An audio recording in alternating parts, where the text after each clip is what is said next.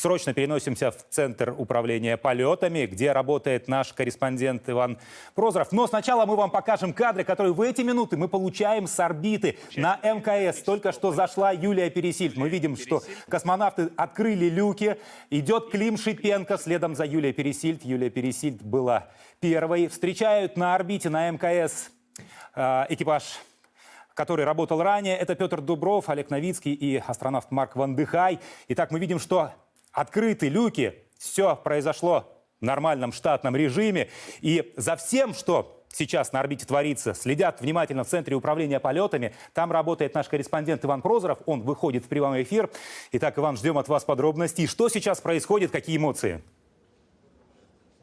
Андрей, эмоции переполняют. Действительно, мы только что наблюдали этот переход с корабля «Союз МС-19» на борт МКС. И вот они, все наши герои, все 5 наших космонавтов на борту МКС сейчас на российском сегменте станции. Вот Олег Новицкий, Петр Дубров их встретили. Действительно, Антон Шкаплеров, Юлия Пересильд и Клим Шипенко в этом порядке. Собственно, эта экспедиция с «Союза МС-19» направилась на борт МКС. И сейчас будет организована такая небольшая пресс-конференция. То есть новый экипаж поделится впечатлениями от полета. Конечно же, расскажет, что произошло вот в те минуты на борту. Вот сейчас ненадолго прервалась связь, но совсем скоро здесь будет организован такой сеанс прямой связи. Мы, наверное, будем иметь возможность услышать, что расскажут участники экспедиции об этом полете. Конечно, он был очень непростой. Действительно, начало было идеальное, практически секунда в секунду. Все как было запланировано. Идеальный старт, идеальный выход на орбиту, идеальный подход к МКС. А вот дальше начались некие неполадки. Уже оставалось буквально 29 метров до МКС, и «Союз МС-19» потом сдал назад. Была попытка еще раз пристыковаться и еще раз назад. И вот в этот момент пропала связь. Конечно, такая немного драматическая минута. «Союз» и МКС ушли в так называемую серую зону. Почти 10 минут было молчание, когда в ЦУПе оставалось только ждать и ждать. По докладу командира экипажа есть касание, есть механический захват.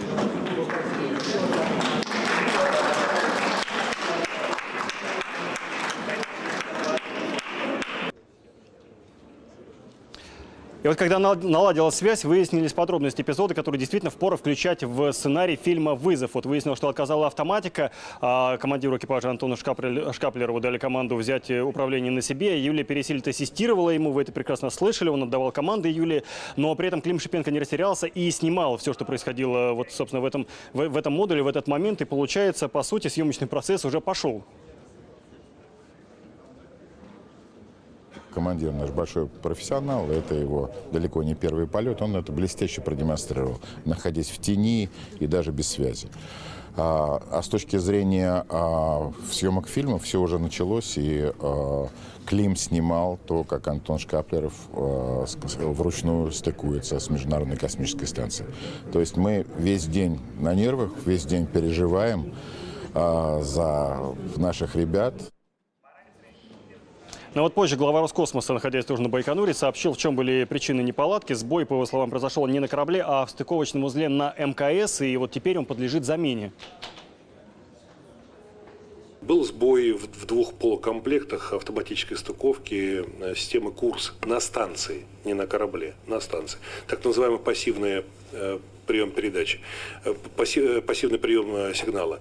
И тогда просто ЦУП принял решение, главная оперативная группа управления могла перезапустить эти 2 полукомплекта, но решили этого не делать, знаю, с кем имею дело в лице Антона Шкаплера, что проще провести стыковку, не терять время, тем более знали, что вы все ждете хэппи-энда. Вот поэтому мы перешли на ручное управление, и оно было реализовано.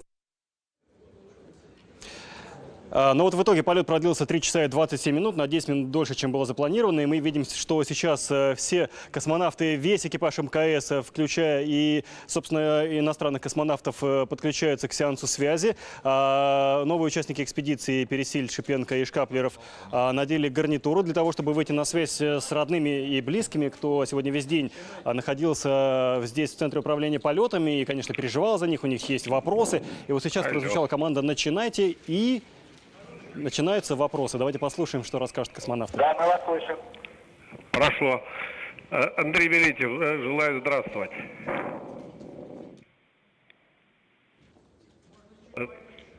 Добрый день.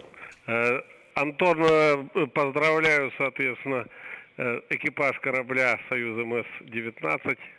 тебя лично, как командира, с успешным прибытием на Международную космическую станцию. Ну и началом, соответственно, вашей, наверное, не постесняясь этого слова сказать, эпохальной миссии в какой-то степени. Но желаю вам выполнить успешно поставленные задачи, ну и благополучно всем вернуться домой. Самое главное, естественно, здоровье. Ну и МКС 65-й экспедиции поздравляю с пополнением.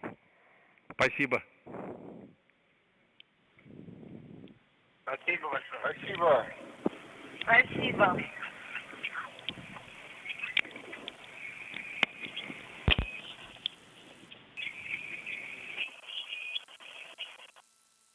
Юлия Сергеевна, приветствую вас.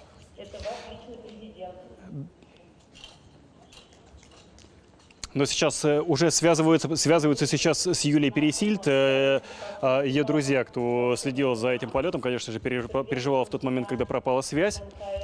Вот. Ну, а, собственно, после небольшой пресс-конференции и отдыха члены экипажа уже приступят к непосредственному выполнению своей миссии, действительно эпохальной, как здесь сказали, большому космическому вызову. Андрей.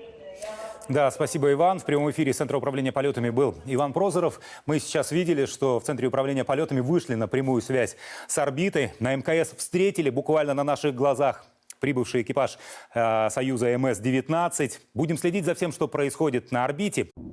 Ну и сейчас мы возвращаемся к тому, что непосредственно в эти минуты происходит на орбите. Мы вам сможем показать кадры прямой трансляции.